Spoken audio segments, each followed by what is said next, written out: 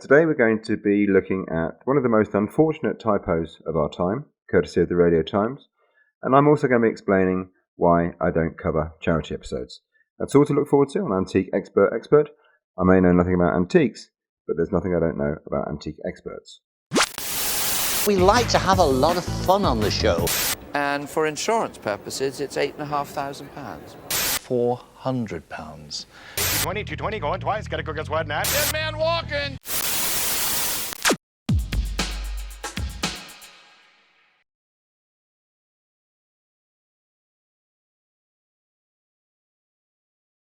So I said in episode 1 and episode 2 that I would explain later on why I don't do or I don't cover charity episodes and don't include any of that information in my expert analysis.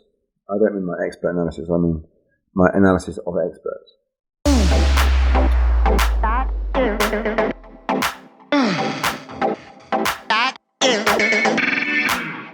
Okay, so what do I mean when I say I don't do charity data or charity episodes? Well, all it means is that if we just look at the list of charity specials that have been taking place over the years, and you can see the expert pairings next to the dates, and all it means is that if you're one of the experts that have appeared on any of these fundraisers, then nothing that happened on the day or nothing that you bought in the preliminary shop, none of that counts towards any of the data that I hold. I keep a separate record of it, as you'll find out later in this episode, but it doesn't go towards the account of that expert. I just leave it out. And so that's all I mean when I say that I don't do charity data. And very shortly we'll be finding out the 5 reasons why I don't do charity data. I do have one other observation though, and that is that when I had a look beyond 2010 to see what used to happen historically back in David Dickinson's day, because I was interested to see if the sort of the annual fundraisers went back beyond 2010. I got back as far as 2003, and there was this entry in the Radio Times, which, to be perfectly honest, just left me absolutely gobsmacked. I mean, I have never heard of this organisation, and this was under David Dickinson's watch, but this was definitely beyond scope, you would think. And it's no surprise that the following year, Tim Wonnacott came in with a very clean reputation and restored Children in Need to be the main beneficiary of those shared telephone call-in proceeds.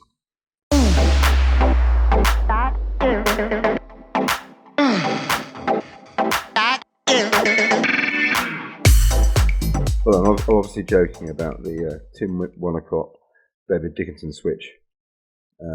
Or am I? No, I'm actually joking about that. But the typo is very real, courtesy of the Radio Times.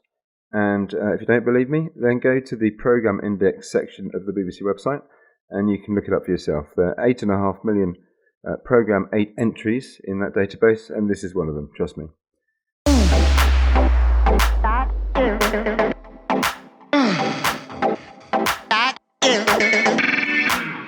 So getting back to what is now Tim Wannacott's bargain hunt, and to answer my own question as to why I don't cover charity episodes, the answer is quite simply that the charity episode data corrupts the rest of the normal data, because it is so starkly different, as you'll see, and it has such a dramatic impact on the sort of averages for normal episodes. It is quite simply too favourable towards the experts that have been selected to be experts for the charity episodes. So I guess you could say it's just not fair on the other experts. There are effectively 4 or 5 reasons why that data can't be included. And I'm going to show you that anecdotally, first of all, and then I'm going to back it up with some real numbers. And I think you'll be extremely surprised by the difference between the outcomes at a charity auction versus the outcomes in a normal auction.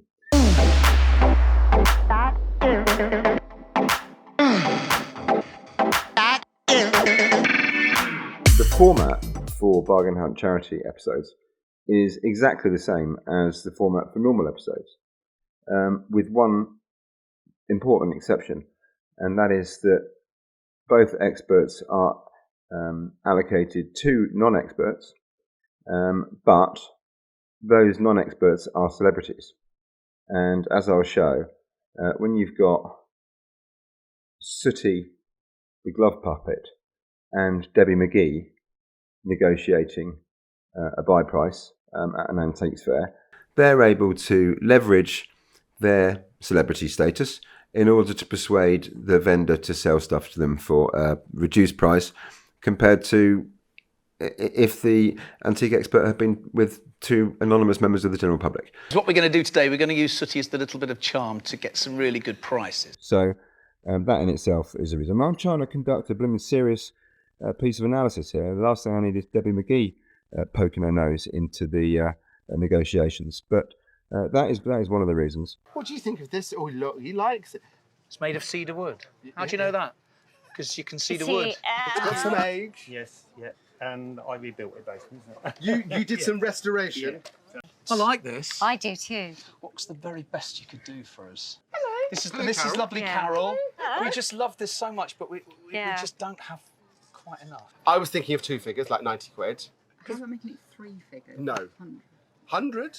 95. Sooty was Yeah. saying 95, meet you in 90 the middle. Yeah. 95. Go on then. Yeah? Do you know Yes. what? That is, shake Sooty's hand. There we Yeah. go. Very generous, Carol. I mean, a glove puppet essentially closes the deal there. Hello.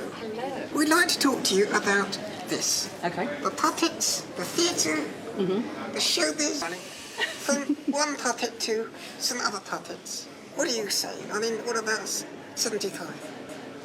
As it's you. Go on. Yes. Yeah. Yes, we Good job, Sam. to snap that hand off, I think. Yeah, well, I think thank you to the South. So yeah, that is a pretty good example. It probably only got about £10 extra, the celebrity status. But the vendor did say the classic words, as it's you, and they were probably worth £10.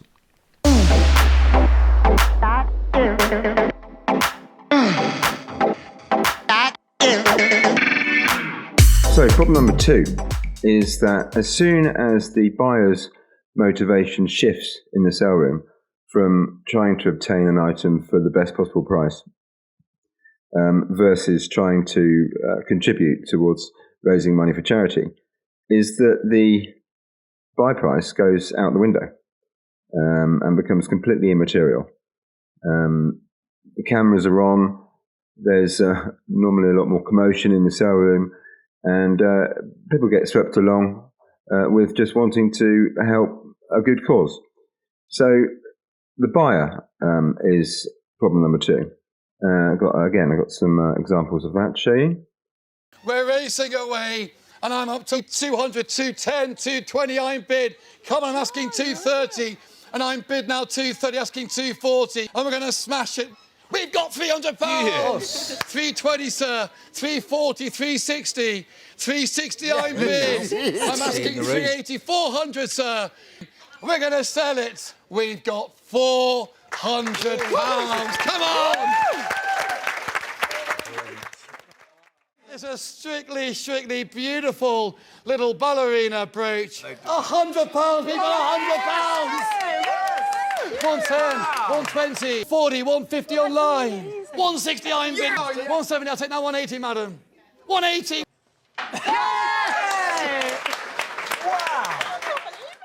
Yes, an absolutely ridiculous price to pay for a brooch, particularly when the auctioneer guided it at only £10 to £20.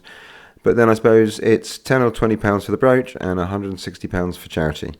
Everyone gets a round of applause, everyone's happy. The room is dynamic. Charles is squeezing every last drop out of his customers, and I think the only person who doesn't really seem to share the sentiment is this man here, whom I suspect might be her husband, who's probably wondering why on earth has she just bought a £10 brooch for £180.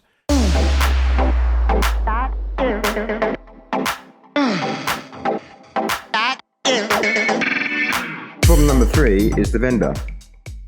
As soon as the vendor realises that the money is going to a good cause, they will drop their pants, as we say in the trade, and offer a much more preferable buy price than they would if it was just a couple of normal members of the public buying. So that's sort of problem number 3. And we've got some good examples of that here. To infinity and beyond. I like Buzz because I remember Toy Story. Good. The packaging though looks a bit... Yeah, the packaging is a little bit rough around the edges. And how much is Buzz there? He's only 35. 20 quid and you've got a good deal. We've got 165 left. You buy that for 20. We've got 145 pounds to play with. You'll do all right. Do you know, I'd get it if it was 15 quid. Oh. I would. I did actually have a look online to see whether that was a good price or to benchmark it against eBay. I found these 2 examples. One is boxed new, unopened. The other is opened. So if it is like for like, then it looks like the eBay price is between £65 and £100. So if she got it at 15, then it's an excellent deal. What I do know is that Natasha Raskin-Smith should never attempt to do a Buzz Lightyear impression again. But if there was question marks about the charity impact, or rather the impact of charity on the Buzz Lightyear purchase, there can be no doubt about Caroline Hawley's experience at Spitalfields Market, where she was basically browsing a store or a vendor that was selling bangles.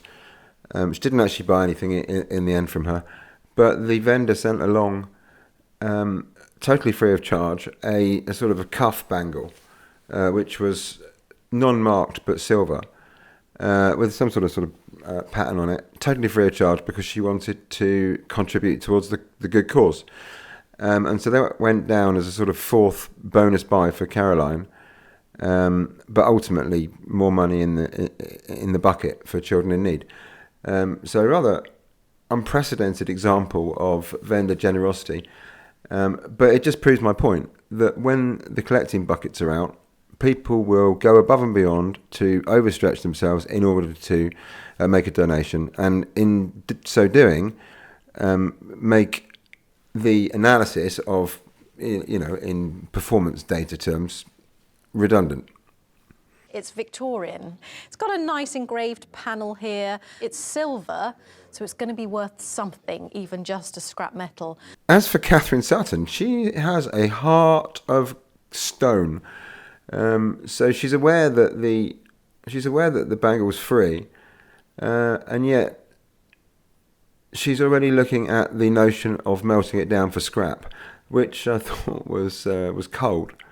I mean, admittedly, it was clinical and what auctioneers should do, which is translate anything that's rubbish into the sum total of the raw materials. So, understandable. But cold, Catherine, very cold. With that in mind, it's sort of £10 to £20 at least. OK, well, if it makes 10, 20, 30, whatever, every single penny is going to go to charity. So let's move on to the blues, our other pair.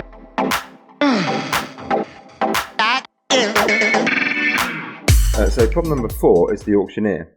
I mean, any auctioneer who has been appointed to conduct a charity auction automatically shifts into a different gear. They're more flamboyant, they're more pushy, they will use whatever tactic they deem appropriate to extract the most amount of money from the customers in their sale room, and rightly so. And got a couple of good examples here with Anita Manning and Charles Hanson, who are 2 of the best at doing that. And people get swept along with the bidding war, and the prices go up and up and up, and go well beyond the reality of a normal auction. Start me at £100. 100. 50 then. 50 bid. Any advance in 50. Any advance in 50, yes. 60, yes. 70, 80, 90, 100, £100. 120, 130, 140, 150, 160, 170, 180, 190, 200, yes, his wife told him yes. Just do what your wife tells you, makes for happy marriage. Any advance in £200? All done at 200, 200. £200. Well done, Anita. So that example isn't that different to any other Anita Manning auction particularly, but what I will say is that it's quite clear that it's a charity fundraising event. I mean, there's a man walking around in a bear costume carrying a bucket, for starters, a bit of a clue.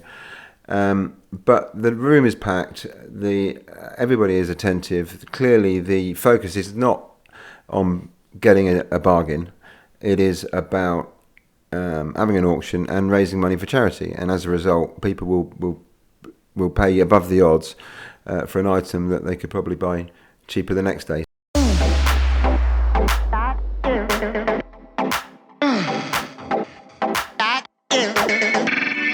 Problem number 5 is that charity auctions get heavily promoted in their own right, whereas normal auctions don't really get promoted at all, other than via the auction house's catalogue, which they normally publish in advance. But other than that, they get no promotion.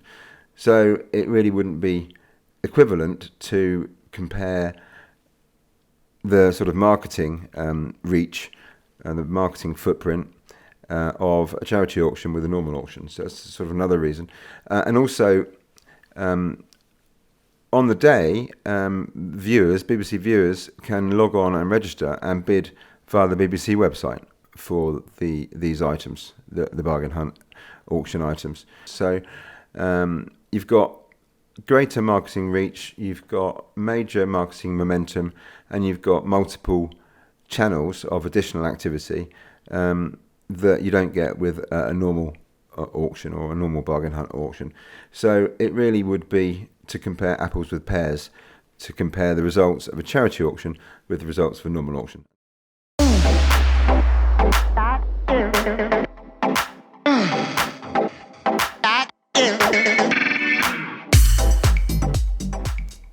So that was all anecdotal evidence, really. What we're going to do now is look at the numbers to see if they back up what I've concluded.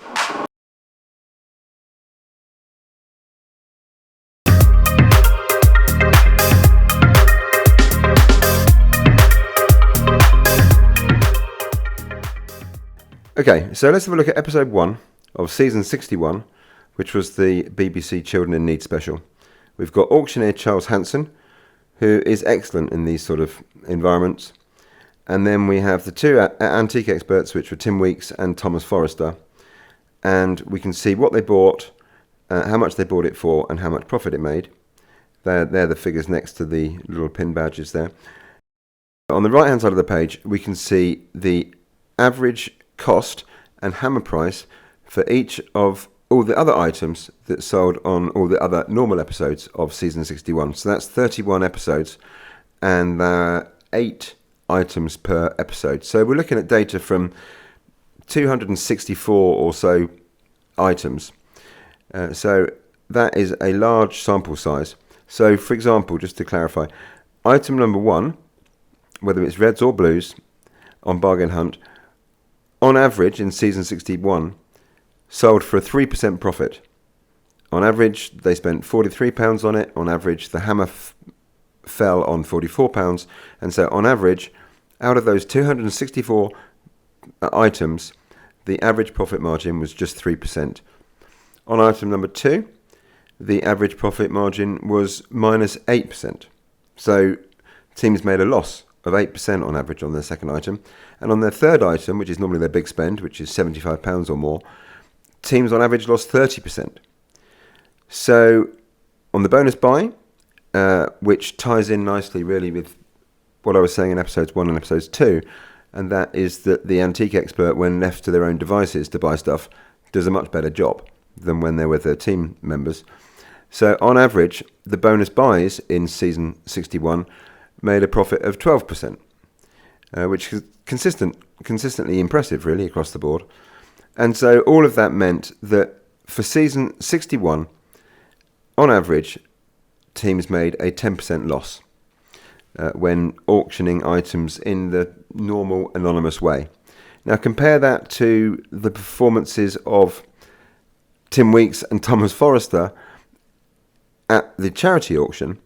You can see that they made 253% profit on their items, on average, and Thomas made 187%. So ridiculously, 197%, I should say. So ridiculously successful in comparison. And the contrast really is quite stark. Now, to look at another example. Now, compare that with Tim Weeks and Thomas Forrester's purchases from the BBC Children in Need special. We can see some incredible overachievements here. So, for example, if we look at Tim Weeks, we've got the Charles Pedal car, the BBC licence van, the Gladstone bag.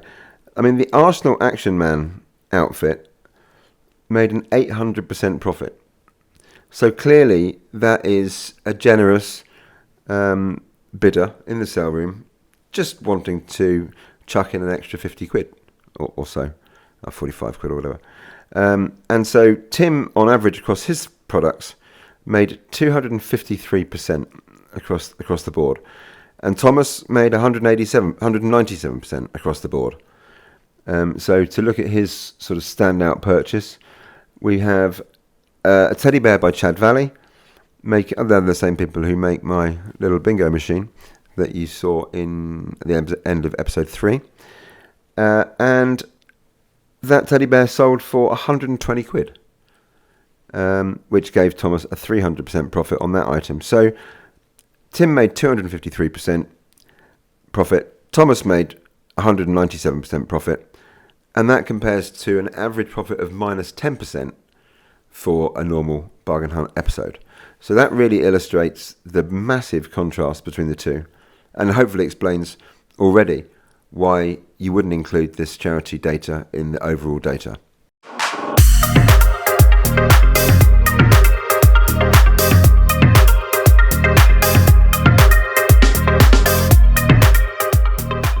So to look at another example, we have Anita Manning as the auctioneer, which is a good start if you want to raise money for charity. We've got seasons 42 and episode 18. So this is going back to 2015 time. The experts are Paul Laidlaw and Caroline Hawley. And as with the first slide, on the right-hand side, we've got the series averages. And what you can see for season 42 is that on average, teams made a 0.2% profit across the board. So again, 260 odd items on average sold for a profit of 0.2% for that series, which actually is not bad. Again, we have the discrepancy between item 3, which is the big spend, and the other two items. So on the big spend, teams on average lost 9.8%. And again, the experts clearly showing that their knowledge is worth money, because on average the bonus buys sold for 13% profit. So those numbers are pretty consistent really with the numbers from season 61 that we've just looked at. So again, just to pick out some highlights here, if we look at Paul Laidlaw, who bought the Art Deco pewter table set, the desk set and graves. So his bonus buy was the Art Deco table lamp with hound carving, 200% profit there. Now, in fairness with Paul Laidlaw, he may well have achieved these profit margins anyway, in fairness. But the picture is still consistent. Let's look at Caroline Hawley's sporran. Well, let's assume it's not hers personally, but the sporran that Caroline Hawley bought, early 20th century sporran, 350 quid hammer price. So again, way above what you would otherwise expect to pay for it, and that made a 300% profit. And her costume jewellery, so I mean costume jewellery is called costume jewellery precisely because it's inexpensive and not consisting of gemstones and precious metals, and yet the little hand glove there, which is what it was a hand glove brooch by Butler and Wilson, sold for 367% profit. So yet again, more evidence that when buyers are in a sale room raising money, they're happy to pay over the odds for whatever.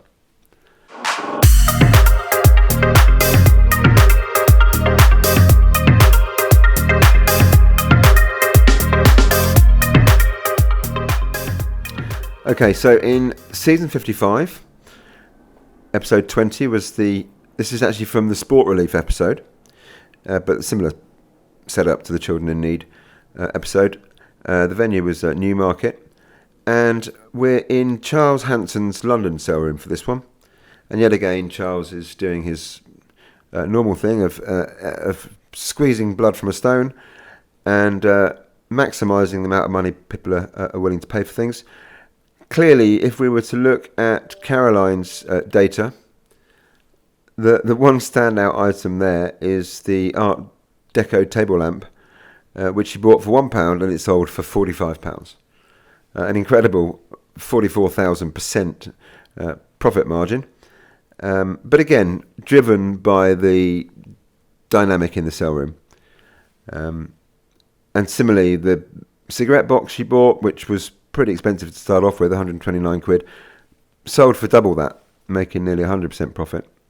She did actually make a loss there on the pewter dressing table set, which is actually unusual. I can actually say that that's the only loss out of all of the charity episodes that I looked at. That's the only item that made a loss out of all of the items. So that really tells a tale in itself.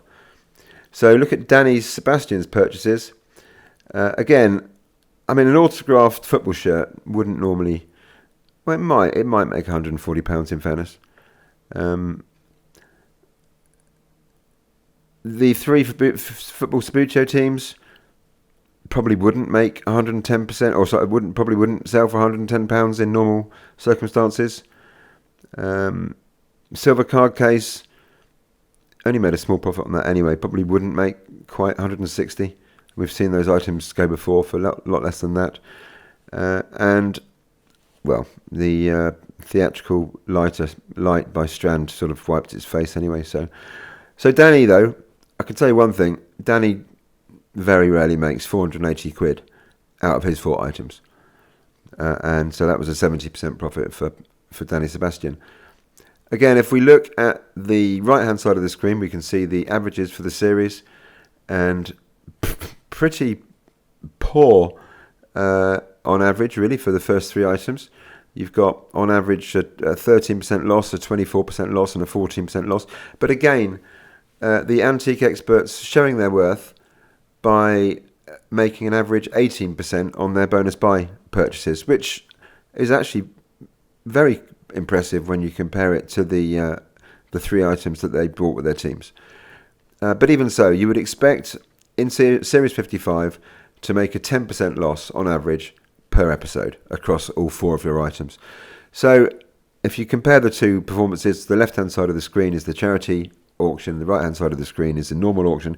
You can see there is a chasm between a charity episode and a normal episode.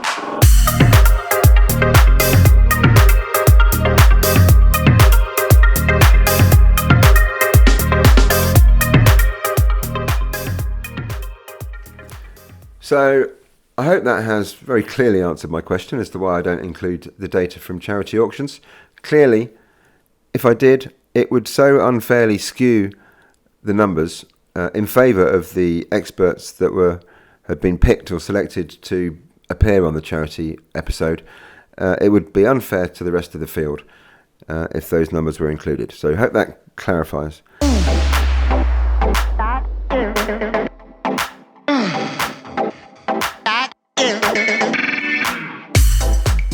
So I did have some additional analysis to include in this charity special, but it ended up being longer than I thought. So I figured I would release the content that I didn't include separately. So in the pipeline, I have to look forward to the top 10, may even be top 20 least convincing Pudsey Bear costumes. I'm going to be looking at the Bargain Hunt Games, which was the tournament that they put on in aid of Sport Relief several years back, and suffice it to say that there were some question marks about the officiating. I'm looking into that. And then what you may have seen towards the end of that promo video, when I said about how heavily they sort of promote the auction every year, and you can log on to the BBC website, etc., and bid. Well, you may well have seen at the end of that promo video that there were some additional items that go under the hammer which aren't the items that are shopped for as part of the show. These are items that the experts themselves donate, and they're either something like Ruder's donates their paintings, other experts donate their time, so you can go on museum trips, go shopping, go for tea, go for a curry with the bargain hunt experts, if you're the winning bidder, of course. And I thought it would be interesting to have a look at the hierarchy of winning bids from top to bottom. So we will know once and for all, is Kate Bliss more popular in public bidding terms than Charles Hanson? Or is Ben Cooper more popular than 2 tickets to see Status Quo and their support act, Shakin' Stevens, as organised by Natasha Raskin-Smith, for example? So I've got the answers to those and other questions. If you're interested in that type of content, then remember to like, subscribe and hit the notification bell. And in the meantime, thanks for staying to the end, and I look forward to joining you on the next one.